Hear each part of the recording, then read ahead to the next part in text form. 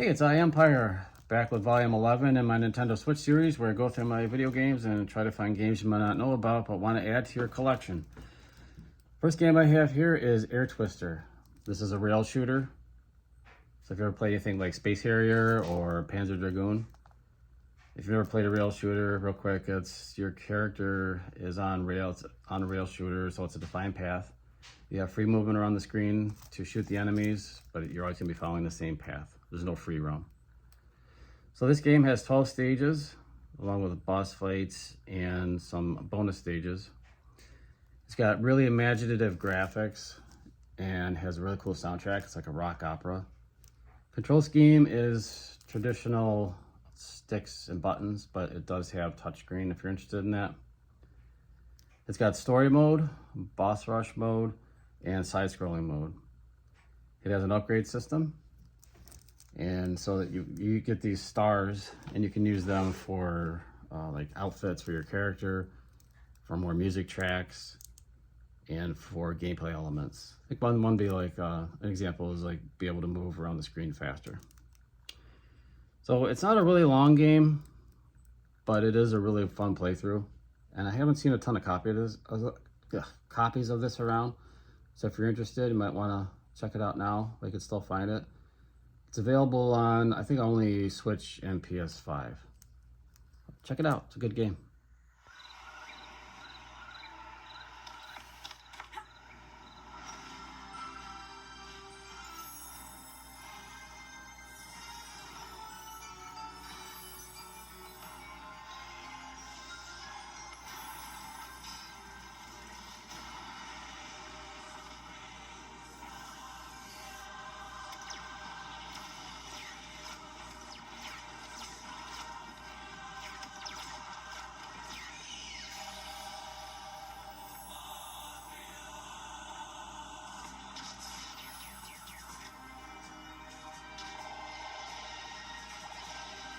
The next game I have here, I would say, is arguably one of Konami's best games in a few years, and that's Getsu Fumiden Undying Moon.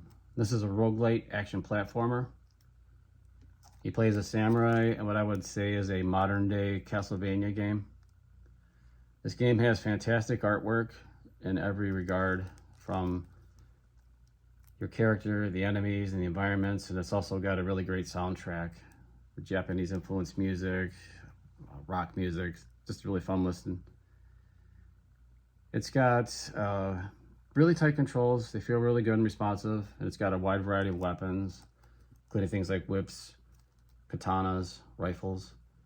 And like any roguelite, if you die, you start back at your main location, except for some unlockables and your currencies.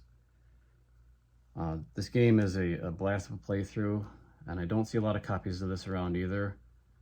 And I would say this is a must-have for your collection.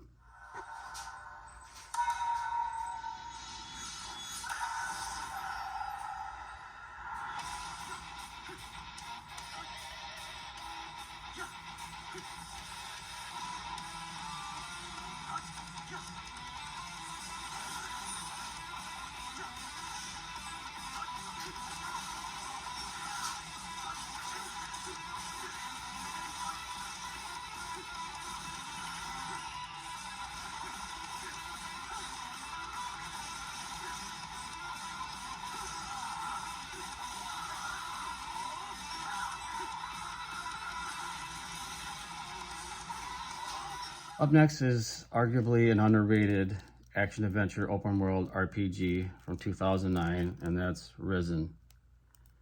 It had a rather quiet release on the Nintendo Switch. You play as a stowaway on a ship that sinks, and you wash ashore on the island of Faranga.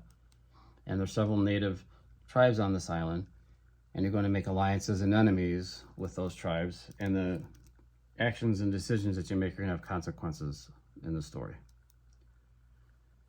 So being a game from 2009, you'd have to keep your expectations in check. You have to remember this is a game from the Xbox 360 PS3 era, so there is going to be the occasional screen tearing, lost frames, and in comparison to today's action-adventure RPGs, the controls can feel a little bit clunky.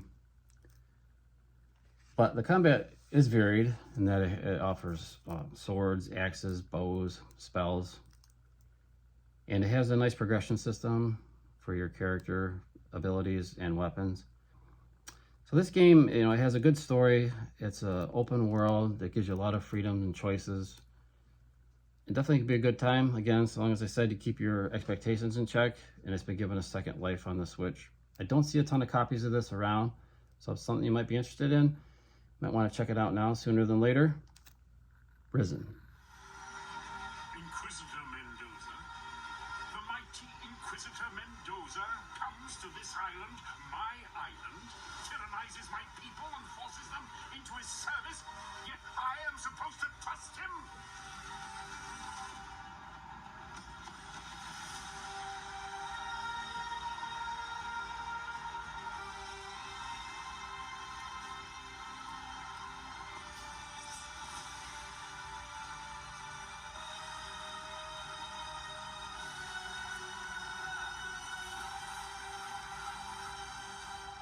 Is closed, and the Titan will rise.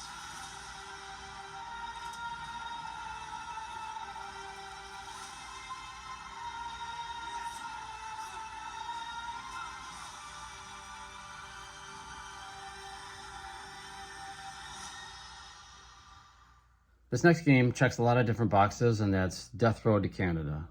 This is a randomly generated road trip zombie survival action RPG, and it's 8-bit in its presentation from graphics and music. Also, all of your player communication is done through text, so you have to read all the dialogue, but it's often quite funny. So you start your game, your run off with 2 characters, and you can build up to 4.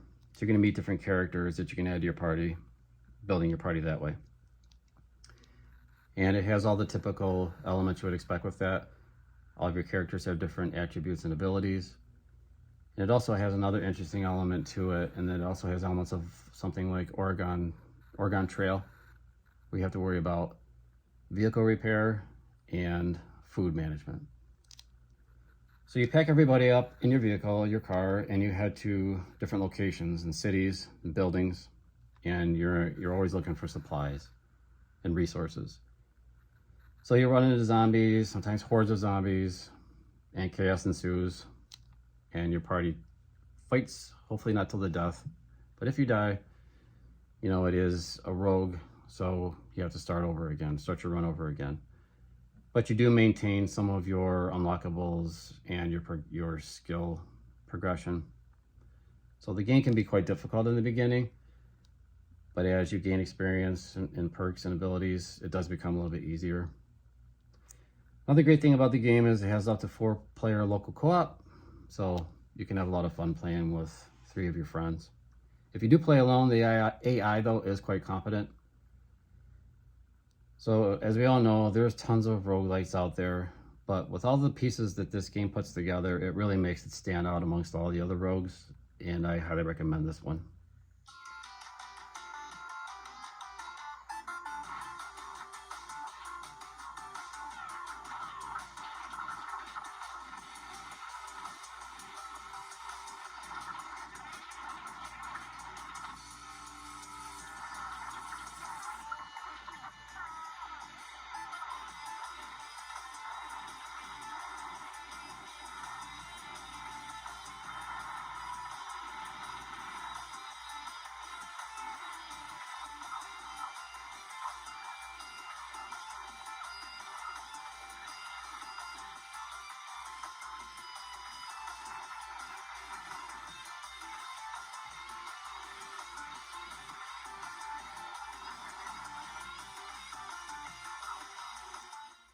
The last game I have for today is a collection of RPGs, and that's Saviors of Sapphire Wings and Stranger of Sword City.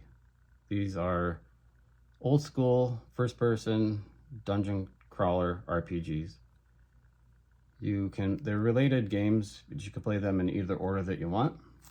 The similarities are that it's the same monsters, it's the same graphics engine, and it's the same battle system. They differ as far as characters, location, time period, and what was the last thing? Story. That's the important one. They differ in the story. So Saviors is more of an anime look, and Stranger is more of a 90s Final Fantasy look. In many regards, Saviors is the superior game and more friendly to any newcomers in the genre. But they both look and play great, and they offer hundreds of hours of gameplay if you're interested in this genre. And this is another game that I don't see a lot of copies of, and it's slowly risen in price. I think now it's up to about maybe 60. So again, if it's a game you're interested in, you might want to keep an eye out for it.